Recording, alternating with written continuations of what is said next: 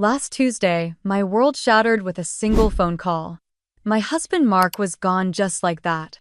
A heart attack at 40 while I was packing our daughter Ava's lunch for school. I called my parents sobbing so hard I could barely breathe, but my mother just sighed and said, "We're celebrating Jessica's birthday right now, can this wait until tomorrow?" I never imagined that in the darkest moment of my life, my family would abandon me. But what they did next was even worse. My name is Emily Carter. I'm 37 years old, and now I'm a widow left alone with my 8-year-old daughter holding each other as our world fell apart. If you've ever felt betrayed by the people who should have protected you, let me know where you're watching from, and subscribe to join others who understand this pain. When I called my mother sobbing that my husband had just died, she said, "Honey, today is Jessica's 40th birthday. Can this wait until tomorrow?" I sat on the kitchen floor, the phone still pressed against my ear, staring at the crumbs from the breakfast I had made for Mark that morning. My body was shaking so hard I nearly dropped the phone, and I couldn't understand how the world could keep spinning when Mark's heart had stopped. Mark was only 40. He had kissed me that morning before leaving for the office downtown, promising he would be back early to take Ava to her soccer practice. His kiss had tasted like coffee and maple syrup, and his cologne still clung to the air in our kitchen. That morning felt like a different lifetime. I called my father next, hoping he would understand, but Richard's voice was muffled by the background noise of laughter and music. "Emily, your mom just told me. This is tough. But you know everyone's here for Jessica's party. We'll talk tomorrow, okay?" "Tomorrow," I whispered, but he had already hung up. I pressed my forehead to the cabinet, tears soaking my hair. I needed them. I needed someone to tell me what to do, to remind me to breathe, to tell me that somehow we would survive this. But they chose cake and balloons over holding my hand while I fell apart. I wiped my face with the back of my sleeve and stood up. Ava would be getting out of school soon, and she would be waiting for me in the pickup line. She would be looking for Mark's truck, not knowing he would never drive it again. I didn't want to tell her in the car, but I couldn't let her walk into a house filled with silence. When she climbed into the backseat, her backpack thudded against the floor, and she smiled, her brown eyes bright like Mark's. "Mom, did Daddy get the snacks for practice?" I pulled over to the side of the road, my hands trembling on the steering wheel. I turned to face her, swallowing the scream in my throat. "Sweetheart, I need to tell you something about Daddy." Her smile faded, confusion twisting her small face. "Is he okay?" "No, baby," I said, my voice cracking. "Daddy got very sick at work today, and his heart stopped working." She blinked, her lips trembling.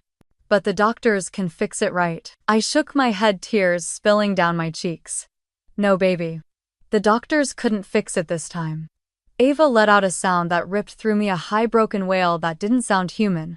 She reached for me, her small hands gripping my jacket, pulling me closer as she sobbed.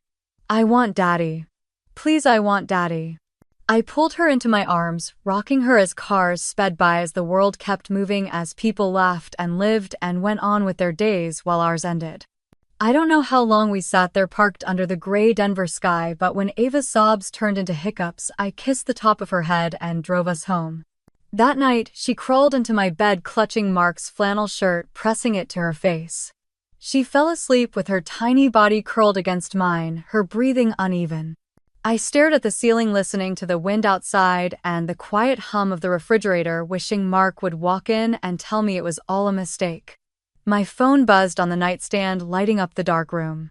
It was a message from my mother. "We'll come by tomorrow when things settle down. Try to get some rest." I turned off my phone and stared at the dark ceiling, listening to Ava's soft breathing beside me. Tomorrow. They would come tomorrow, when the party was over and the cake was gone. I slipped out of bed carefully, letting Ava keep Mark's flannel shirt pressed to her chest. I stepped into the hallway, the wooden floor cold under my feet, and walked to the kitchen. The sink was still full of breakfast dishes. Mark's coffee mug, a chip on the handle, still had a ring of coffee at the bottom. His lunch plate was still in the fridge, untouched. I opened the fridge and stared at it, the cold air brushing my skin, reminding me how alive I still was while Mark was not. I grabbed the plate and set it on the counter, then slid down to the floor, pressing my knees to my chest. I had to breathe. I had to figure out what to do next. A knock on the door startled me. It was nearly midnight. I wiped my face with the back of my hand and walked to the door, peeking through the peephole. It was our neighbor Mrs. Evans, holding a small casserole dish, her eyes red-rimmed. "Emily," I heard. "I'm so sorry, honey." I opened the door and she pulled me into a hug, the warmth of her arms reminding me that I wasn't completely alone. She stepped inside and set the dish on the counter. "You don't have to eat it now. Just heat it when you can." "Thank you," I whispered. She glanced toward the hallway where Ava was sleeping. "If you need me to take Ava tomorrow, just let me know." I nodded, but I didn't know what tomorrow would bring. I wasn't sure I could let Ava out of my sight.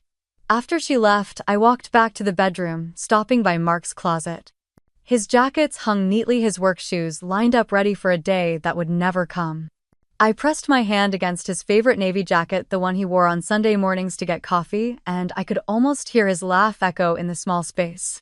When I crawled back into bed, Ava shifted her small hand, reaching for mine in the dark. I held it tightly, the only anchor I had left in a world that felt like it was drifting away. In the early hours, I couldn't sleep.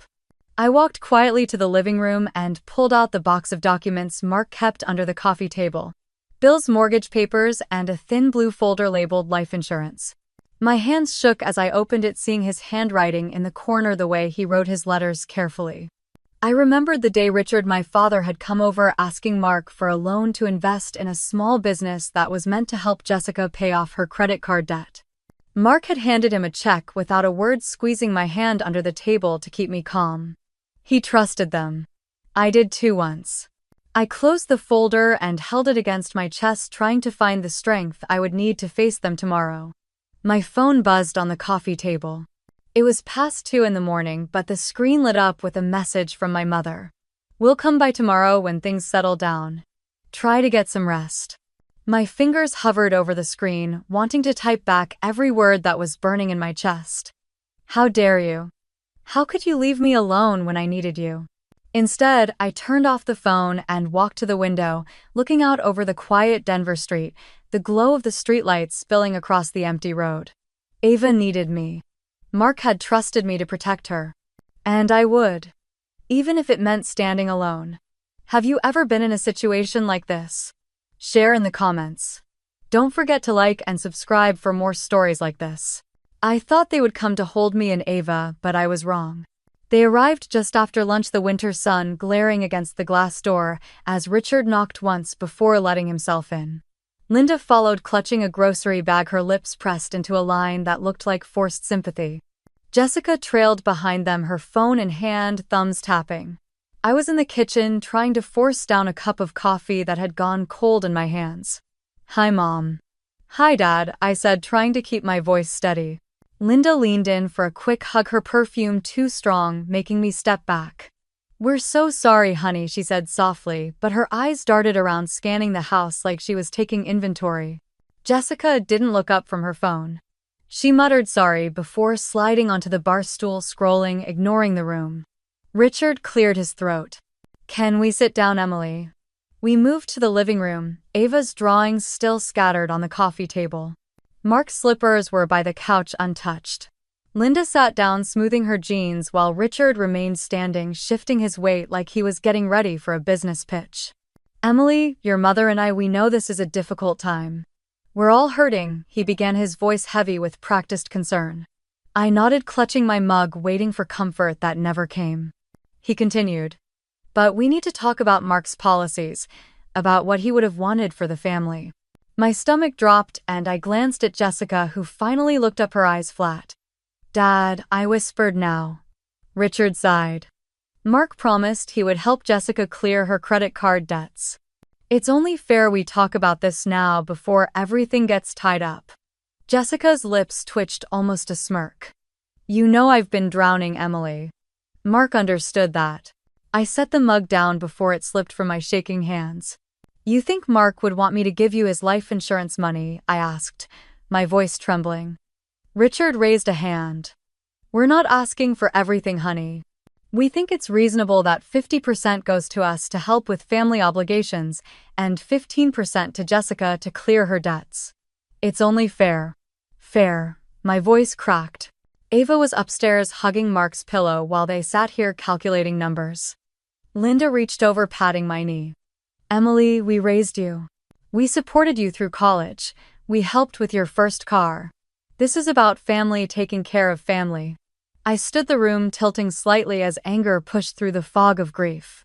Mark died 3 days ago, I said, my voice low. And you're here for his money. Jessica rolled her eyes.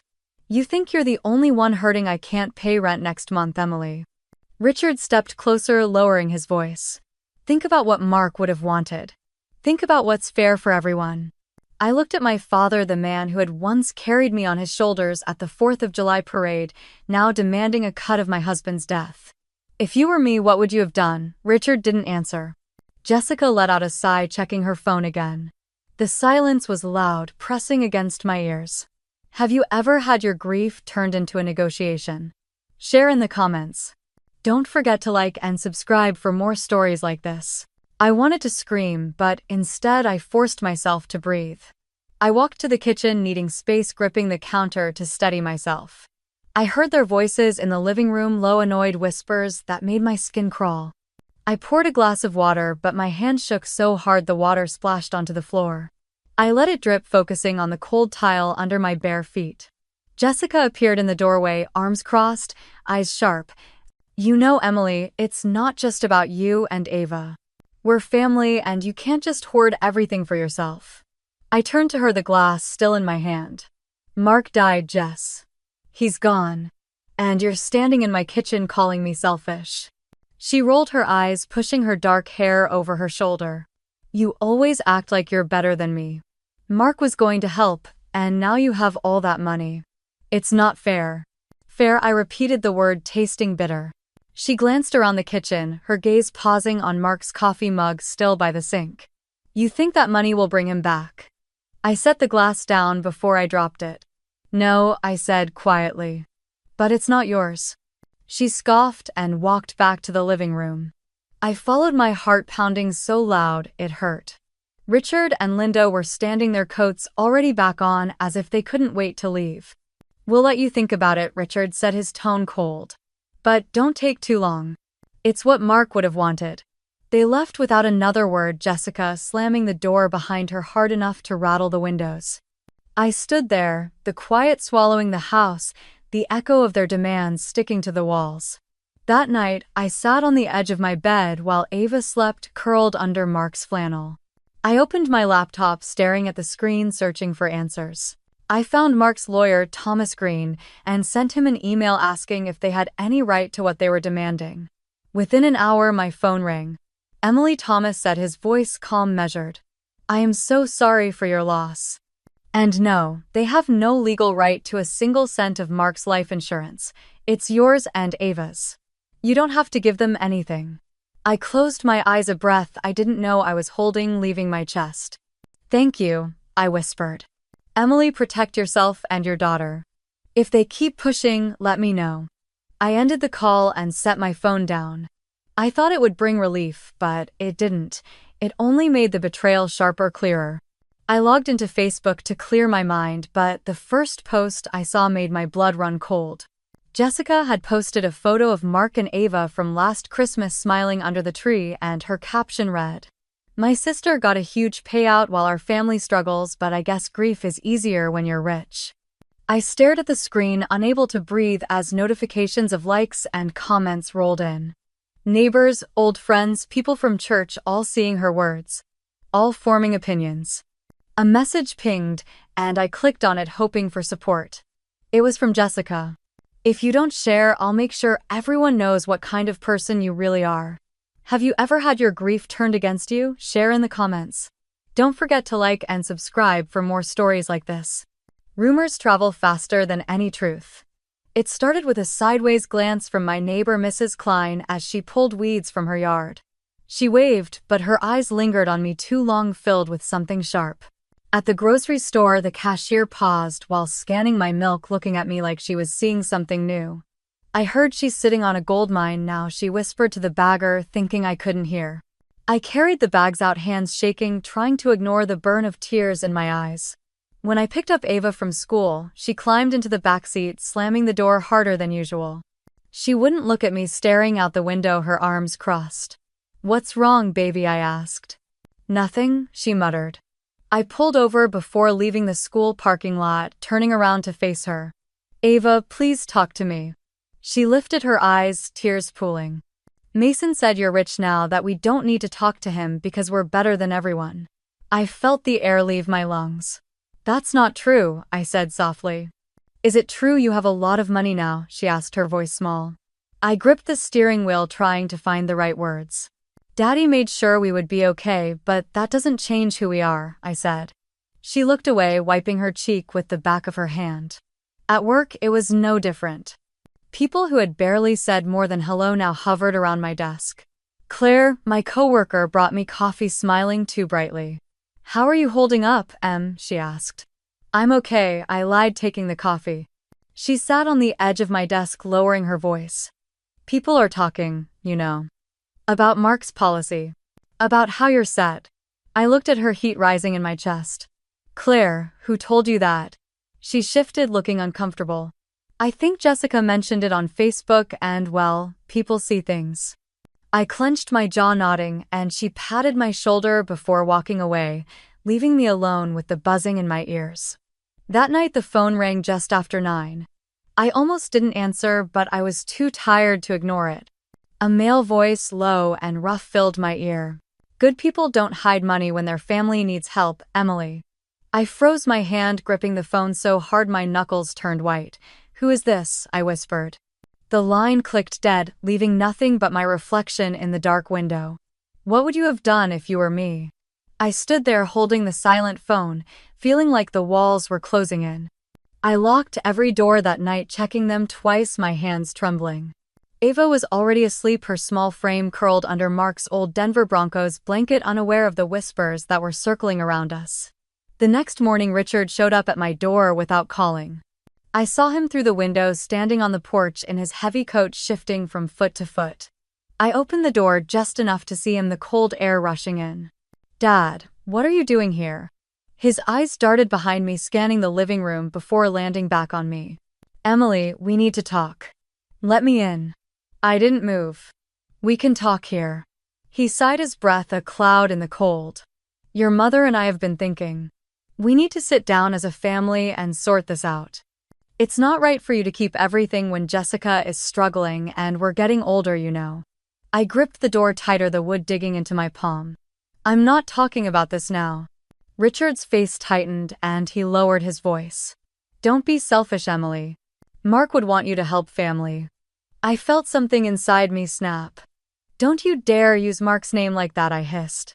He opened his mouth, but I shut the door before he could say another word, locking it, pressing my forehead against the cool wood. I heard his footsteps on the porch, then the sound of his car starting, fading down the street. That afternoon, I found Ava sitting on the couch, clutching a picture of Mark, tears slipping down her cheeks. "They said you're rich now, and that you don't care about anyone," she whispered. "Who said that, baby?" She shook her head, pressing her face into the picture. I sat beside her, pulling her into my arms, feeling her small body shake with quiet sobs. "It's not true, Ava," I said softly. "We care, we always care." She didn't answer, but she didn't pull away either. That night, after I tucked her in, I went into the closet, pulling down the box Mark kept on the top shelf. His handwriting was on a small white envelope, my name written in blue ink. My hands shook as I opened it, pulling out a single sheet of paper. "If you're reading this, it means I didn't make it home. Emily, you have to protect Ava. Don't let anyone take her future from her, no matter what they say." Tears blurred the words as I pressed the letter to my chest, sinking to the floor of the closet, surrounded by the smell of Mark's clothes. Have you ever felt alone when you needed family the most? Share in the comments. Don't forget to like and subscribe for more stories like this. They said it was a family meeting, but I knew it was a silent trial. Ava held my hand in the car, her small fingers cold, her eyes watching the houses pass by as we drove to my parents' home in Littleton. "Mom, do I have to go in?" she whispered. I squeezed her hand, forcing a calm I didn't feel. "It will be quick, honey. We'll be okay." Richard opened the door before I could knock, stepping aside with a stiff nod. The house smelled like old coffee and lemon cleaner, the air heavy. In the living room, Linda sat on the couch, her lips pressed tight while Jessica wiped at tears that never fell. Aunts and uncles were there too, all of them quiet waiting. I saw the folding table in the center of the room, papers neatly stacked, a pen placed carefully on top. My stomach twisted. "Emily, have a seat," Richard said, his voice too smooth. I stayed standing, pulling Ava close, her hand gripping mine tighter. "We're here because we need to sort out family matters," he began, clearing his throat. Jessica sniffled, dabbing her eyes with a tissue, her makeup perfect. I lost my job, Emily. My landlord is threatening to evict me," she said, her voice trembling. I kept my eyes on her, saying nothing. Richard picked up a paper, tapping it against the table. "Your mother and I have been discussing what would be fair. Mark would want the family to be taken care of, Emily. We think it's reasonable that 50% of the payout goes to us and 15% to Jessica to help her get back on her feet." I felt the room tilt, the words echoing like a bad joke. "Are you serious?" I said, my voice low. Linda looked up, her eyes sharp. "Emily, we raised you. We gave you everything you needed. It's time you remember that family comes first." I took a step back, feeling Ava's small frame press against my leg. "Mark helped this family," I said, my voice shaking. "He paid your bills when Dad lost work. He gave Jessica money to clear her debts before, and you never paid it back." Richard's face darkened. "That was a gift, Emily, and don't you dare throw that in our faces now." Jessica sniffed louder, looking around for sympathy. "I'm drowning, Emily. You're living in that house, driving that car, sitting on all that money while I'm begging for help." I felt my jaw clench, my hands shaking as I held Ava's hand tighter. "You think this is what Mark would have wanted? For you to guilt his widow and daughter for money?" Richard slammed his hand on the table, making Ava jump. "We fed you, we clothed you. We gave you everything, and now you think you're too good to help your own family." I stood there, my heart pounding in my ears as Ava's eyes filled with tears. I could feel everyone's eyes on me, waiting for me to break. Ava's fingers dug into my palm, grounding me as I tried to catch my breath. I looked around the room at people who claimed to love me. People who had chosen a birthday party over holding me the day Mark died. My voice was quiet, but it cut through the heavy air. "Mark died 3 weeks ago. And you are sitting here counting what you think you deserve from his death." Jessica let out a sharp sob, burying her face in her hands. "It's not like that, Emily," she cried, her voice shaking. "I have nothing left. My car is gone. I can't keep the lights on, and you get to keep everything." Linda stood, crossing her arms over her chest. "Your father is right. We did everything for you. Now it's your turn." I swallowed the anger that burned in my throat. "I didn't ask you to pay for my college. I worked 2 jobs to cover the difference when you fell short. Mark paid your mortgage when you were drowning. Dad, he didn't ask for it back." Richard's face turned red. "We are your family. This is not a request. You will give us what is fair." Ava flinched at his tone, pressing closer to my side. I crouched down, meeting her frightened eyes. "It's okay, honey," I whispered. "I've got you." She nodded, her bottom lip trembling as she reached into her small backpack. "Mom, can I give this to Grandpa?" I frowned, confused, but she held out a folded piece of paper. I stood, taking the paper from her, and looked at Richard. "Ava has something for you." His eyebrows raised, but he took it from my hand, opening it slowly. The room fell silent as his eyes moved across the page. It was a child's drawing, but Ava had written in careful, blocky letters, "Invoice for love and support." Underneath, she had listed hugs when Daddy died -$0, helping Mommy when she was sad -$0, being there for me -$0, total $0. At the bottom, she had drawn a heart cracked down the middle. Jessica's breath caught a small gasp in the quiet room. Linda's eyes filled with tears, but she quickly wiped them away, looking away from me. Richard's hands shook as he held the paper, his mouth opening and closing, but no words came out. Ava stepped forward, her small voice strong. "That's what you gave us." "Nothing." The silence in the room was louder than any scream I had ever heard. Have you ever had to teach your family what love really means? Share in the comments. Don't forget to like and subscribe for more stories like this. A child's handwritten paper revealed the truth adults spent years hiding. Richard's hands trembled as he held Ava's invoice, the words shaking him harder than any argument I could have made. Hugs when Daddy died -$0. Helping Mommy when she was sad -$0.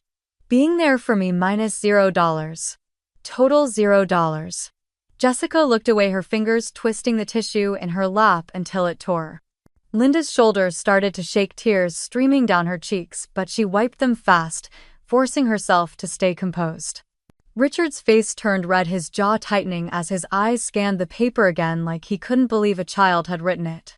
I stood there, my hand on Ava's shoulder, feeling her small body lean into me for strength she didn't realize she already had. "This is what you gave us," I said quietly, meeting Richard's eyes. "Nothing." Linda let out a soft sob, covering her mouth with her hand. "Emily," she whispered, "it's not that simple." I shook my head, feeling the anger and grief swirl into something clear inside me. "It is that simple, Mom. You chose a birthday party over your daughter when her husband died. You chose to demand money before asking if your granddaughter was okay. That's simple." Jessica sniffled loudly, her eyes red. "You think you're better than us, Emily," she snapped. "You always have. You think you're so righteous because Mark left you money and you—" I cut her off, my voice steady. "I think Mark would be ashamed to see this. I think he would be ashamed to see how fast you turned on us when there was money involved." The room fell silent, the tension pressing down on all of us. Richard's hand clenched around the paper, crumpling Ava's careful handwriting. "We fed you. We clothed you. We put a roof over your head. You owe us, Emily," he hissed. I felt Ava flinch, but I didn't move. "No," I said, my voice calm. "I don't owe you anything. And let me be clear. If you keep pushing this, I will get my lawyer involved." Linda's eyes widened, her lips parting like she wanted to protest, but she didn't speak. Jessica's head dropped, her shoulders shaking, but I couldn't tell if she was crying or angry. I looked down at Ava, who was clutching the hem of my sweater, her big brown eyes looking up at me with quiet trust. "Boundaries don't ruin relationships," I said, my voice soft but firm. "The truth does." Richard's eyes flashed, his lips pulling back in a sneer. "You'll regret this, Emily. What would you have done if you were me?" Richard's eyes were cold as he crushed the paper in his fist. "You'll regret this, Emily," he repeated, his voice low and sharp. Ava flinched again, pressing closer to me, and I placed my hand on her back, steady and calm. "No, Dad," I said, holding his gaze. "The only regret I have is thinking you would be here for us." Linda let out a small cry, covering her mouth with her hand, her eyes darting between me and Richard like she was silently begging him to stop. Jessica stood up, her chair scraping against the hardwood floor, her face red. "You're ruining this family, Emily. Do you even care about anyone but yourself?" I looked at her, remembering all the times I had covered for her, paid her rent when she disappeared for weeks, helped her clean up messes she made without thinking twice. "Do you even hear yourself, Jessica?" I asked, my voice quiet. "Do you think Mark would have wanted this? For you to attack Ava and me while we're still grieving him?" She wiped her eyes, but she couldn't look at me. Richard stepped forward, pointing a finger at me, his hand still clutching the crumpled paper. "We built your life, Emily. You wouldn't have anything if it wasn't for us. You owe us, and we will get what we deserve." I felt something crack inside me, but it wasn't fear. It was clarity. "No," I said firmly. "I don't owe you anything. I owe Mark and Ava everything, and I will protect what he left for her no matter what you do." Richard's face darkened, his eyes narrowing.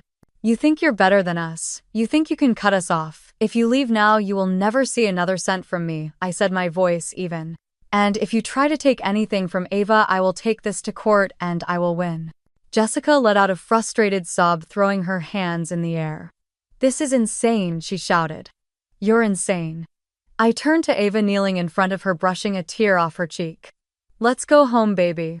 She nodded, clutching her small backpack, her eyes brave, even though they were wet. I stood up, turning to the room one last time. "This conversation is over. Don't contact me again unless it's to apologize, and don't you dare come near my daughter with this nonsense again." I turned and walked out, Ava's hand in mine, her head held high as we stepped into the cold Denver air. Behind us, I heard Richard's voice, dark and angry. "You'll regret this, Emily. You will pay for this." I didn't look back as I opened the car door, helping Ava climb in, buckling her seatbelt with hands that were finally steady. As I started the car, I glanced at Ava, who was clutching her drawing to her chest. "Did I do the right thing, Mom?" she asked softly. I took a deep breath, nodding. "You did the bravest thing, Ava." As we drove away, I felt my phone buzz in my pocket, a new message lighting up the screen from an unknown number. Have you ever had to walk away from your own family to protect your child? Share in the comments. Don't forget to like and subscribe for more stories like this. When family turns into your enemy, court becomes the only place for justice. I was pouring cereal for Ava when the envelope slid under my door. A heavy cream-colored envelope with my name typed across it in bold letters. My hands froze, the milk spilling over the edge of the bowl. Ava watched me, her small face tight with worry. "Mom, are you okay?" I forced a smile, wiping up the milk with a dish towel. "I'm okay, baby. Go get your shoes on for school."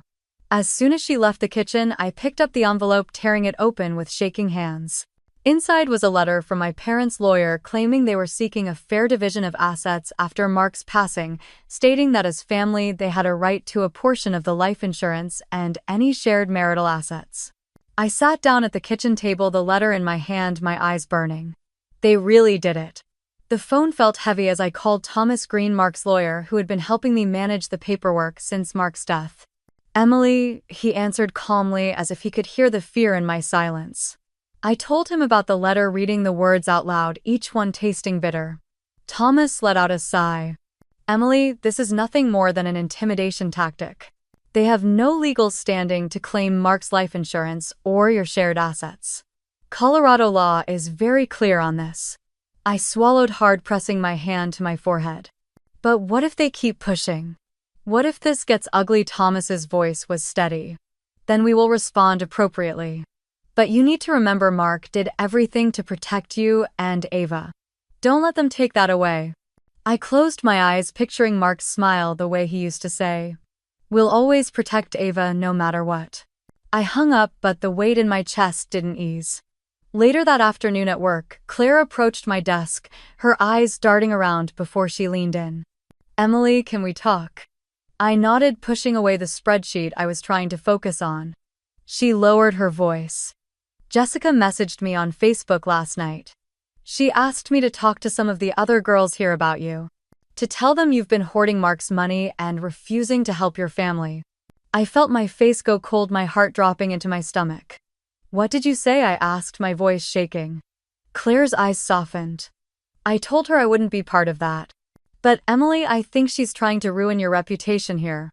I nodded, swallowing hard. "Thank you for telling me, Claire." She gave my shoulder a gentle squeeze before walking away, leaving me staring at my screen, the numbers blurring together. Have you ever had to fight for your peace against the people who should protect it? When I picked up Ava from school that day, she was quiet in the backseat. She stared out the window, clutching her water bottle, her small shoulders tight. I glanced at her in the mirror. "How was your day, honey?" She didn't answer at first, her lip quivering before she finally spoke. "Grandma called the school today. She wanted to talk to me." I gripped the steering wheel, the color draining from my face. "What did she say?" Ava's voice was barely a whisper. "She said she missed me. She asked if you were taking care of me." I told her I didn't want to talk to her. I pulled the car over, turning around to face her, trying to keep my voice calm. "You did the right thing, Ava. You don't have to talk to anyone you don't feel safe with, even if it's family." Her eyes filled with tears. "Are they mad at me now?" "No, baby. This isn't your fault. None of this is your fault." That night, after Ava fell asleep, clutching her teddy bear, I sat on the floor of my room, my back against the bed, staring at the stack of paperwork from Thomas. The legal words blurred together, the weight of it pressing on my chest. I remembered being 10 years old, standing in the kitchen while my parents argued about money. Richard's voice booming through the walls, Linda's quiet sobs. I remembered promising myself that when I grew up, I would never let money poison my family. Now here I was, fighting to keep the roof over my daughter's head from the people who should have been protecting her. My phone buzzed, lighting up with Thomas's name. I answered, my voice barely steady. "Thomas, is everything okay?" There was a pause, the sound of papers shuffling on his end. Emily, I wanted to call you before you saw this in the mail. We've received an official notice. Your parents and Jessica have filed a petition with the probate court demanding a division of Mark's estate. I closed my eyes, pressing my hand to my forehead, but you said they don't have any grounds. They don't, Thomas replied calmly. This is a scare tactic. It won't hold up, but it means we will have to go to court to dismiss it. I felt tears slip down my cheeks, anger mixing with exhaustion. Why are they doing this, Thomas? Why can't they just leave us alone? His voice softened. Because they see dollar signs, Emily. But you are not alone in this. Mark protected you and Ava. Now we will protect what he left for you. I wiped my face, taking a deep breath. What do we do now? We fight, Emily, he said firmly. We fight and we don't let them win. I ended the call, looking around the quiet room, the shadows stretching across the walls. The war I never wanted was here. Have you ever had to fight your own family to protect your child's future? Share in the comments. Don't forget to like and subscribe for more stories like this. This wasn't just a will reading. It was justice. I walked into Thomas's office holding Ava's hand, her small fingers warm in mine. The conference room smelled like old wood and coffee, the blinds letting in a thin strip of Denver sunlight. Richard, Linda, and Jessica were already seated, their eyes sharp, their faces tight. Jessica's mascara was smudged, her phone clutched in her hand like a lifeline. Thomas stood nodding to me before taking his seat at the head of the table. Thank you all for coming, he said, opening a thick file with Mark's name typed across the top. The air felt heavy, pressing against my chest as I held Ava's hand tighter. Thomas cleared his throat, adjusting his glasses.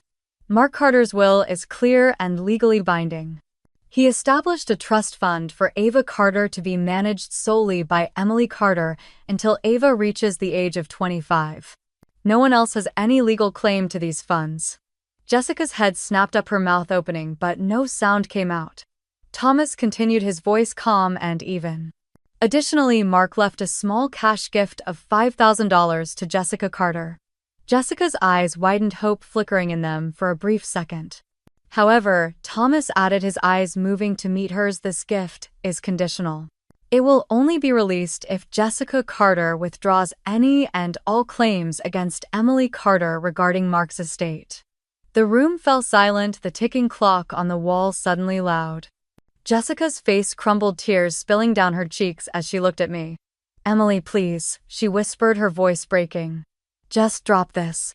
I need that money. I need it, please. I felt Ava's hand grip mine tighter, her small body pressing into my side. I shook my head slowly. No, Jessica. I will not pay for peace with Ava's future. Jessica let out a choked sob, covering her face with her hands, her shoulders shaking. Richard's jaw was tight, his hands gripping the edge of the table, while Linda's eyes filled with tears, her fingers twisting the tissue in her lap. Thomas closed the folder, looking around the table. This is Mark's final word on the matter. There will be no further discussion. Jessica's sobs echoed in the quiet room, each one sharp against the walls. I stood there, feeling the weight of every moment that brought us here. The begging, the threats, the guilt they tried to pour over me like concrete. I looked at Jessica, her mascara streaking down her face, her shoulders shaking. Please, Emily, she whispered again, her voice hoarse. I need this. I'm drowning. I took a slow breath, my heart steady, Ava's small hand still in mine. I know you think you're drowning, Jessica, but you chose to sink. Mark tried to help you before, and you threw it away. Her eyes widened, but she didn't deny it. Richard's voice cut through the tension, low and cold. This is not over, Emily. I turned to him, feeling something inside me harden. Yes, Dad, it is. You made this choice. You turned Mark's death into a payday. You tried to rip apart what little piece Ava and I had left. Linda's tears spilled over and she reached across the table, her hand trembling as it touched mine. We're still family. Emily, she whispered, her voice cracking.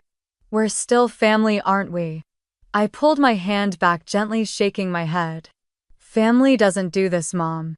Linda's hand fell back into her lap, her face crumpling as she began to cry harder. Thomas stood, clearing his throat. I think we're done here. I nodded, gripping Ava's hand, turning to leave the room. As I reached the door, Linda's voice broke behind me. We're still family, Emily. We have to be. I paused, the words hanging heavy in the air, my hand on the door handle. Have you ever had to walk away from your family to protect your child's future? Share in the comments. Don't forget to like and subscribe for more stories like this. I turned back to look at Linda, her tears catching the light as they slid down her cheeks. She looked smaller than I remembered, her shoulders hunched, her hands wringing the damp tissue in her lap. Her eyes were pleading, the kind of look that used to break me when I was a child, when all I wanted was for her to pull me close and tell me everything would be okay. Ava pressed closer to my side, her eyes watching me carefully, her small hand tightening around mine. Mom, can we go now? She whispered, her voice barely louder than the ticking clock on the wall. I nodded, brushing a strand of hair from her forehead. In the silence, Jessica let out another sob, wiping her face with her sleeve, her breathing ragged. I didn't want this, Emily, she cried, her voice sharp with panic. I just wanted help. I just wanted someone to see me. I took a slow breath, steadying my voice as I looked at her. And Mark tried to see you, Jess. He tried to help you even when we didn't have much to give, but you took that help and you wasted it. And now you think you're owed more because you're hurting. She shook her head, her hair falling across her face. You don't understand, Emily. You have everything now. You have a house. You have money. You have Ava. I have nothing. I felt a sharp pain in my chest, but I didn't let it break me. I would give up every dollar to have Mark back, Jessica. Every single one. But that's not how life works, and the money he left behind isn't for me. It's for Ava. It's for her future, so she never has to feel like she's drowning, so she never has to beg anyone to help her stand. Jessica's lip trembled and she looked away, pressing her hands to her face as she cried. Richard stood, pushing his chair back so hard it scraped against the floor. This is ridiculous, he snapped, glaring at Thomas. You're twisting this, making it look like we're monsters when all we want is what's fair. Thomas remained calm, folding his hands on the table. What's fair is following Mark's wishes, Mr. Carter. And that is exactly what we are doing. Richard's eyes cut back to me, cold and hard. You think you're better than us now, don't you, Emily? You think you're untouchable because you have a lawyer and Mark's money.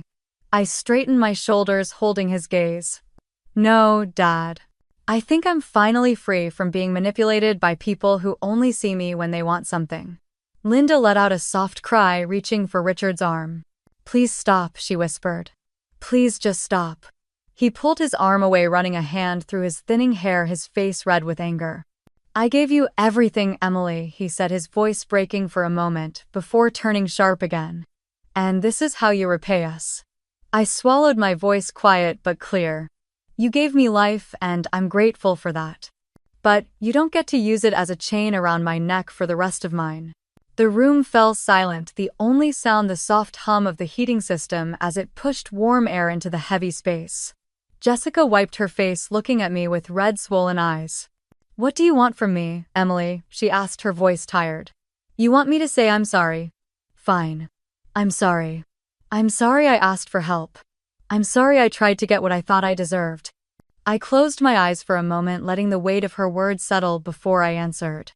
I want you to understand that what you thought you deserved came at the cost of my daughter's security.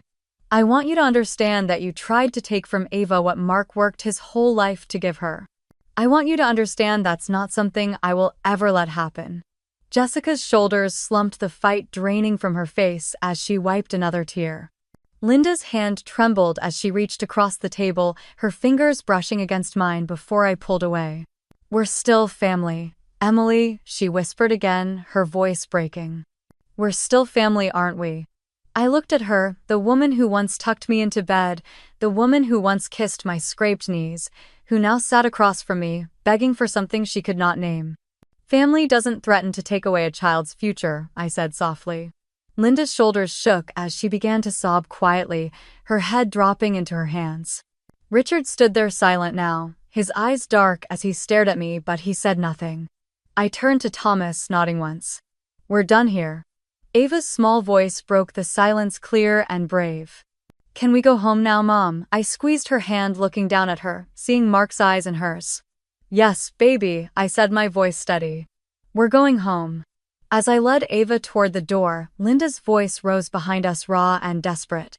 "We're still family, Emily. We have to be." I paused at the door, my hand on the handle, the weight of her words heavy on my shoulders. Have you ever had to stand your ground even when it meant standing alone? Share your story in the comments. Don't forget to like and subscribe for more stories like this. I lost Mark, but I didn't lose the strength he left behind. It was a Saturday morning in Denver, the sky clear, the air crisp, as I opened the windows to let the cold breeze in.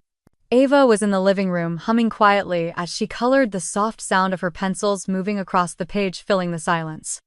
I stood in our bedroom looking at the boxes stacked against the wall, boxes I had avoided for weeks. Mark's clothes, his books, his hiking boots still with a trace of Colorado mud on the soles. I pulled out his favorite flannel shirt, pressing it to my chest, letting the familiar scent of cedar and coffee fill the air around me. My eyes stung, but I blinked back the tears, taking a steady breath. It was time. One by one, I took his shirts and folded them carefully, placing them in a box I would keep, a box for Ava to have when she was older, when she would want to remember the father who loved her more than anything.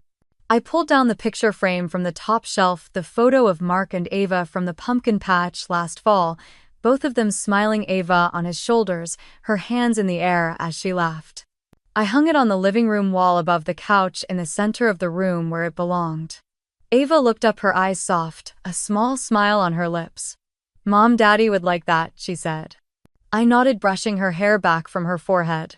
"I think so too, honey." The doorbell rang and my chest tightened for a moment before I opened the door. It was a delivery, a small envelope from Thomas. Inside was a final letter confirming the trust was secure, that Jessica had forfeited her conditional gift after refusing to drop her claims, leaving her with nothing more to take from us. I sat down at the kitchen table, the letter in my hands, the light from the window warming my shoulders.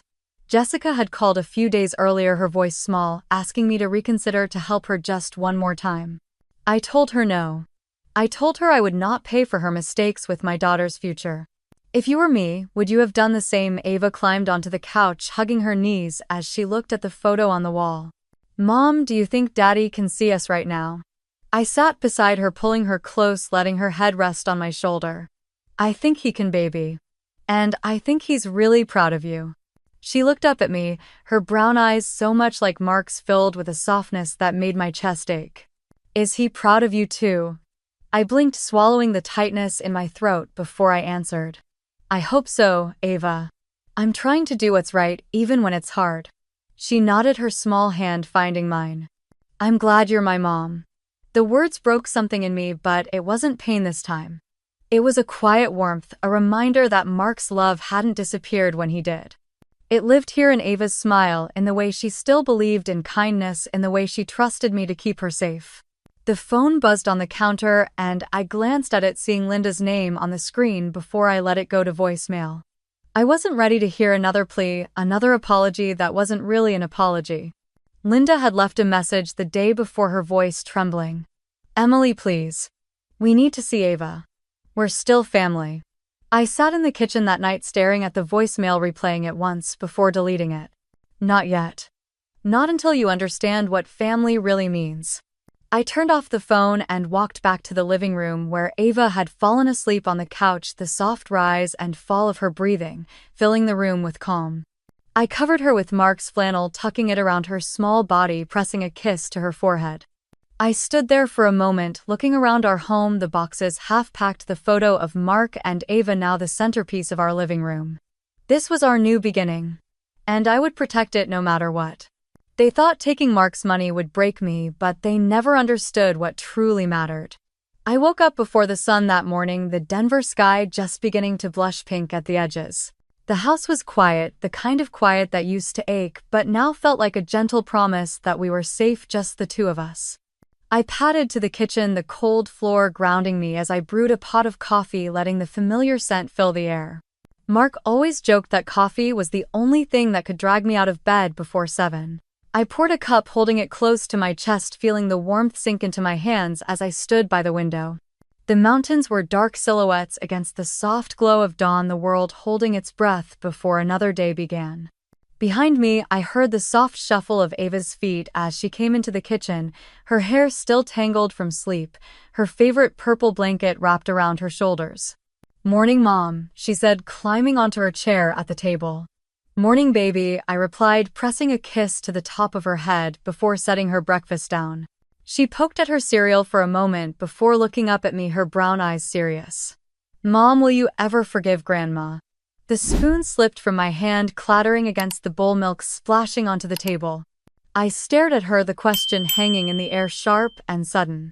Ava watched me, waiting, her small hands folded in her lap. I pulled in a breath, steadying the shake in my voice. "That's a big question, honey," I said, sitting across from her. "And I promise when you're ready, I will tell you everything you need to know. But for now, just know that I love you and I will always protect you." She nodded, her shoulders relaxing as she picked up her spoon again, the moment passing but leaving its mark on both of us. After I cleaned up the breakfast dishes, there was a knock at the door. I wiped my hands on a towel, peeking through the window to see Rachel standing there, a warm smile on her face, her briefcase in hand. Rachel had been my friend since college, one of the few people who had seen every version of me and stayed. She stepped inside, pulling me into a hug that smelled like cinnamon and fresh air. I made us both coffee and we sat at the kitchen table, the morning light pooling between us. "I've been thinking," Rachel said, tapping her nails against her coffee mug. "Mark's trust is strong, and Ava is secure. But I know Mark would want more than just financial safety for her. He'd want his legacy to live on." I tilted my head, studying her. "What do you mean?" She smiled softly. "What if we set up a small community scholarship in Mark's name? Use a portion of the interest from the trust to help kids who love math, kids who remind you of Ava, kids who remind you of him." My breath caught the idea, so beautiful it hurt. Mark would have loved that, I whispered, blinking back the sting in my eyes. "But is it safe for Ava?" Rachel reached across the table, squeezing my hand. "Mark prepared this so you and Ava would live, Emily. Not hide.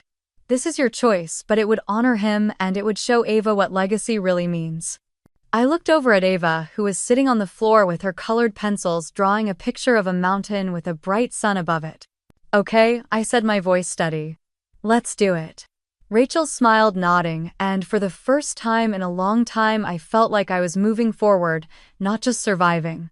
Have you ever taken a step to turn pain into something good? Share in the comments. Don't forget to like and subscribe for more stories like this. That afternoon, while Ava napped, I sat in the living room, letting the soft Denver breeze drift through the open window. I pulled out a small wooden box from the shelf, running my hand over the carved lid before opening it. Inside were photos of Mark and Ava, ticket stubs from baseball games, and a small birthday card Mark had given me last year. I picked up the card, reading his handwriting again, the words both comforting and sharp. "Promise me you'll protect her from anyone, even family, if you have to." I remembered the day he said it, on his last birthday. We had a small cake in the kitchen, Ava's hands covered in frosting as she insisted on helping him blow out the candles. Mark had pulled me aside, laughter still in his eyes, but his face turning serious. "Promise me, Em," he had said, glancing at Ava as she danced around the kitchen. "Promise me you'll protect her no matter what."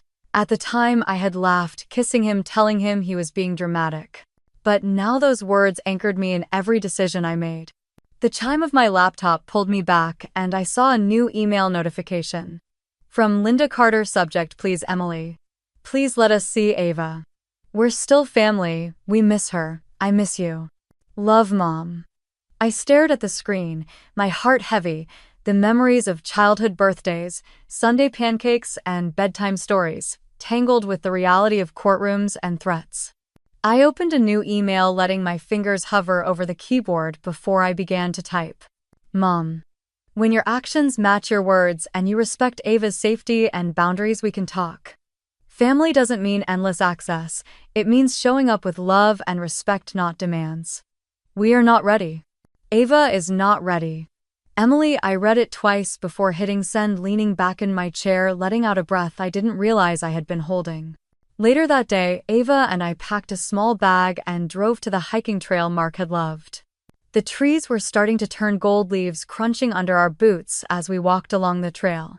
Ava reached up, taking my hand as we walked, her small fingers warm and steady. Mom, are we really okay now?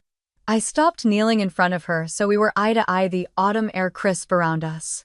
We're more than okay, Ava. We're free, and Daddy would be so proud of you. She smiled, the kind of smile that lights up her entire face, and she wrapped her arms around my neck, hugging me tight. I closed my eyes, holding her, letting the peace of the moment wash over us.